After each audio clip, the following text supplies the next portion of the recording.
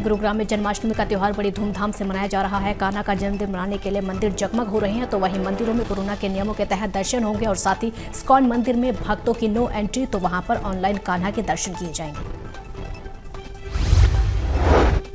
इस बार हमारे को बहुत उम्मीद थी कि गवर्नमेंट की SOPs कुछ स्पेशल आएंगी। समय समय पर हम लोग सभी भक्तों को ये सूचना देते रहेंगे कि अपने आप को भी सेफ रखें और हमारे को भी सेफ रखें, क्योंकि किसान पंचायत में लिया गया फैसला। गुरनाम सिंह चढ़ूनी ने कहा, पंचायत में 3 फैसले लिए गए, दोषी अधिकारियों के खिलाफ मामला दर्ज हो और मृतक किसान के परिवार को 25 लाख का मुआवजा, नौकरी के साथ घायलों को 2-2 लाख रुपए दिए जाएं। दिल्ली से गुरुद्वारा मैनेजमेंट कमेटी के मेंबर सरदार सरबजीत सिंह वीर कुरुक्षेत्र के ऐतिहासिक गुरुद्वारा छठी पातशाही में माथा टेकने पहुंचे। कहा कि किसानों पर हुए लाठीचार्ज एक बड़ा दुर्भाग्य है। पिछले 9 महीनों से किसान अपनी आवाज को उठा रहे हैं और करनाल में उनके सिर फोड़े जा रहे हैं। हम इसकी निंदा करते हैं। किसानों का पहले दिन से दिल्ली कमेटी श्रोमणी अकाली दल साथ दे रही है। 26 नवंबर से जिस दिन हमारे किसान भाई वहाँ सरहदों पे, दिल्ली की सरहदों में बैठे थे, उसी दिन से दिल्ली कमेटी का लंगर चारों बॉर्डर पे चल रहा है और जो भी किसान को दिक्कत परेशानी दिल्ली में आती।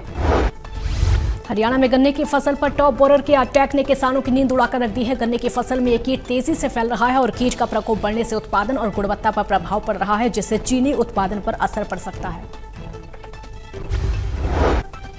हरियाणा में इस बार गन्ने की फसल में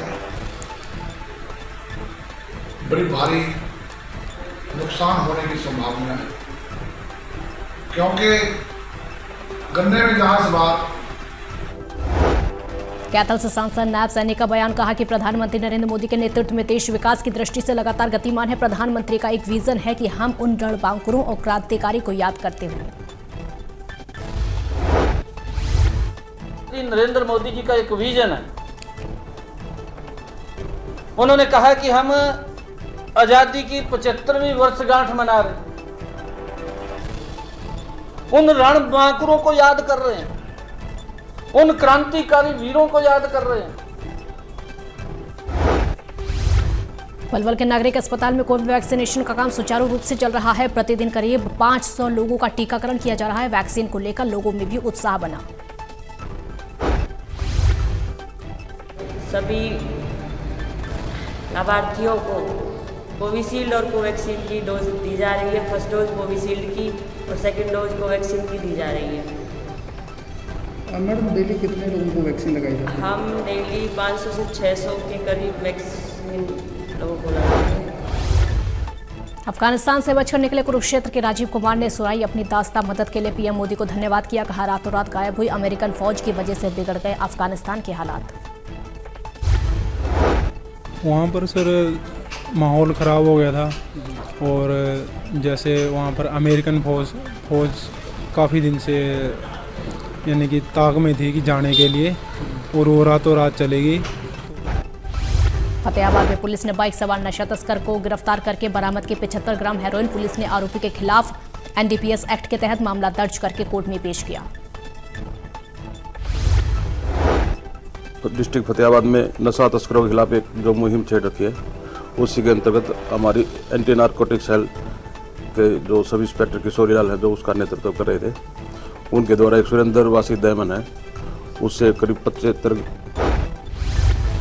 फतेहाबाद में नशीले पदार्थों की तस्करी करने वालों पर पुलिस ने कशा से कंजा अफीम तस्करी करने वाले आरोपी की गिरफ्तारी हुई। आरोपी के कब्जे से 510 ग्राम अफीम बरामद। पुलिस कर रही मामले की जांच।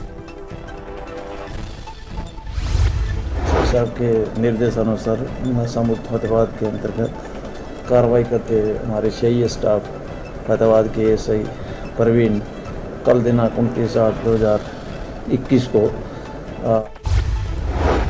फतेहाबाद में चोरों ने एक साथ 3 खेतों में चोरी की वारदात को दिया अंजाम। लाखों रुपए की कीमत के ट्यूबवेल मोटर की तार चुराई। ट्यूबवेल में लगी तार से तांबा निकालकर उड़े चोर। और तो वहीं बढ़ती चोरियों से लगातार असुरक्षा का माहौल। मतलब यही हुई, हमारी मोटरों पर चोरी होगी, 3 मोटरों की चोरी हुई है और कम से कम 1.5 लाख रुपये का नुकसान है।